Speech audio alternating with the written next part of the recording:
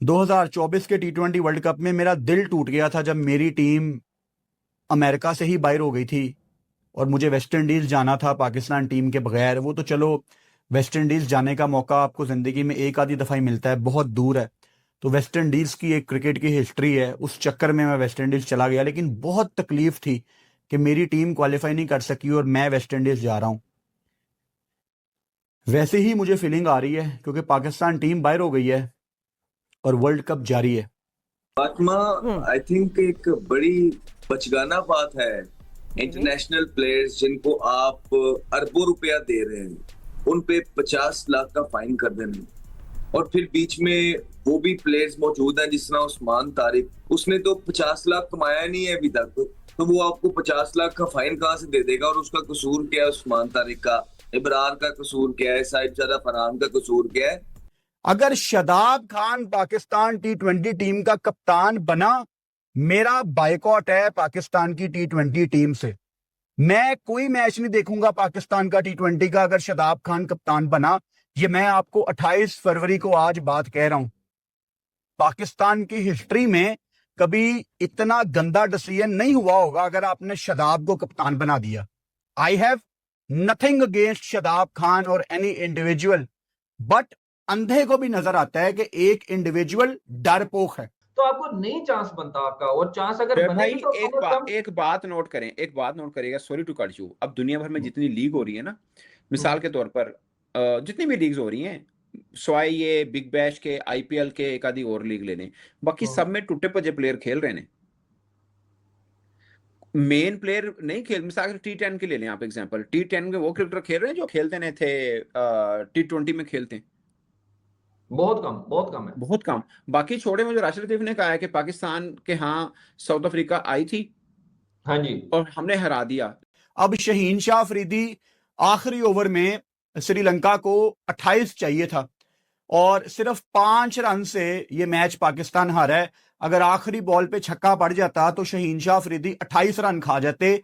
यानी 2021, 22, 23, 24, 25, 26 6 साल हो गए शहीन शाह अफरीदी को एक छक्का पड़े तो दूसरा कॉम्प्लीमेंट्री होता है और तीसरा वो ऐसे ही खा जाता है और चौथा उसको बैटर मार जाता है और पांचवा बैड लक के जरिए पड़ जाता है। वो भी नालायक है। तो क्या इसका मतलब ये नहीं कि सिस्टम ने पहले ही खुद को कमजोर बना दिया था? I mean this should be part of the clause, don't you think? And what मतलब आपको इस पे क्या कहना? हाँ देखिए जी आमिर, हम बात तो कर रहे हैं कि पैसे काट लें, उसको ये कर लें, उसको उधर इन्वेस्ट। अगर तो ये सोल्यूशन है, ठीक है, तो काटे, ठीक है। पहले तो ये अगर तो सोल्यूशन है ना, तो फिर 50 लाख नहीं, फिर 50 करोड़ करें। फिर अगर ये सोल्यूशन है कि फाइन करने से सब कुछ ठीक हो जाएगा, राइट? मेरा ये सवाल है। तौसीफ साहब, प्रेशर सिचुएशन में हम अच्छा परफॉर्म नहीं कर पाते, ये कैप्टन सलमान अली आगा का कहना है। क्या मतलब, क्या किया जाए फिर अगर ये प्रेशर सिचुएशन में अच्छा नहीं परफॉर्म कर पाते? क्या करें? क्या साइकोलॉजिस्ट रखें, इनको सिखाएं, इनका हाथ पकड़ पकड़ के अभी भी इतने मैचेस के बाद सिखाएं? मतलब कितनी दफ़ा जो है ये लेम एक्सक्यूज़ हमारे सामने आएगी कि जी प्रेशर सिचुएशन में हम हैंडल नहीं कर पाते। वो ये नहीं करती कि आप जीतेंगे तो ये करेंगे।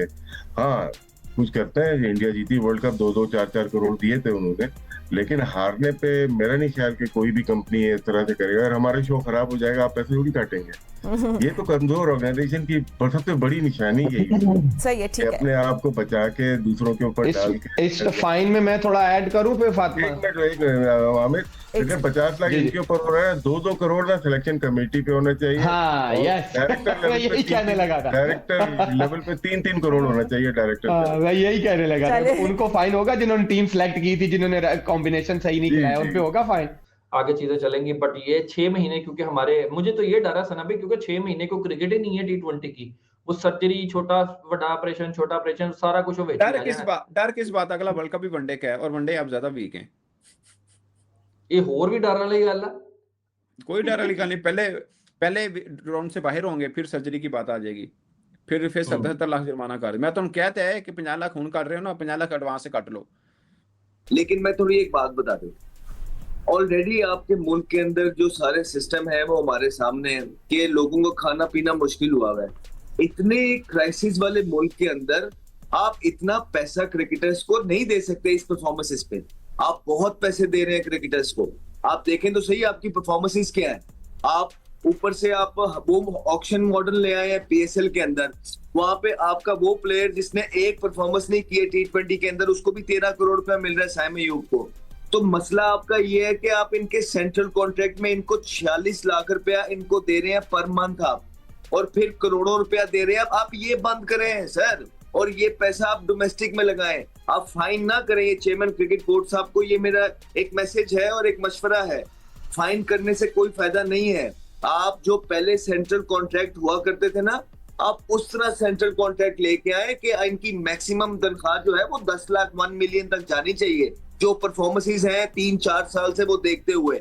और फिर ये जो ऑक्शन मॉडल आपने कर दिया पीएसएल का, ये प्लेयर्स उस तरह डिजर्व नहीं करते हैं। ये पैसा डिफरेंट किसी चीज के लिए यूज होना चाहिए, और आप बहुत ज्यादा पैसा इन प्लेयर्स को दे रहे हैं। ये परफॉर्मेंसेस, ये मुल्क, ये हालात इतना पैसा देने वाले नहीं है। तो आपको इसको बेसिकली मिनिमाइज करना था, आपने इसको ठीक करना। 50 लाख रुपया तो हम खेल नहीं रहे, मैं दे देता हूँ, कोई मसले वाली बात नहीं है। 50 लाख क्या होता है?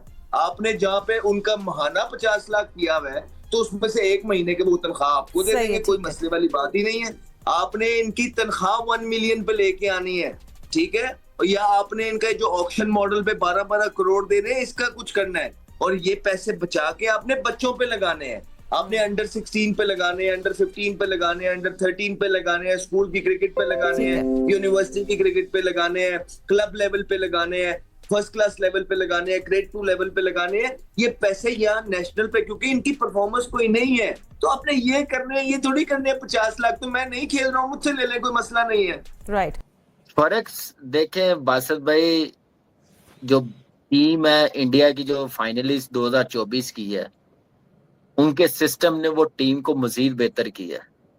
विराट कोहली, रोहित शर्मा जाने के बाद, जड्डू के जाने के बाद, अश्विन जाने के बाद कोई फिक्र नहीं, क्योंकि उन्होंने बैक प्लेयर्स तैयार किए थे। ये सिस्टम की कामयाबी है, ये कप्तान रोहित शर्मा की कामयाबी, सिलेक्टरों की कामयाबी है कि उन्होंने अपनी क्रिकेट और छोटी टीमों के खिलाफ प्लेयर्स बनाए हैं, बैकअप प्लेयर्स। अभी आप देखें कि उनकी टीम में कितने लोकल प्लेयर है। 2-3 टीमें बन जाए, 2 टीमें और बन जाए, वो 2 टीमें भी और बन जाए ना, तो हमारी टीम का इस वक्त जो हमारी क्रिकेट का लेवल है ना, हम उनसे भी ना जीत सके। मैं अपना एक्सपीरियंस से मैं समझता हूँ। अगर तो सेंट्रल कॉन्ट्रैक्ट में से पैसे काटने से टीम बेहतर होती है, तो सेंट्रल कॉन्ट्रैक्ट ही खत्म कर दे, प्लेयरों को सेंट्रल कॉन्ट्रैक्ट दे ही ना।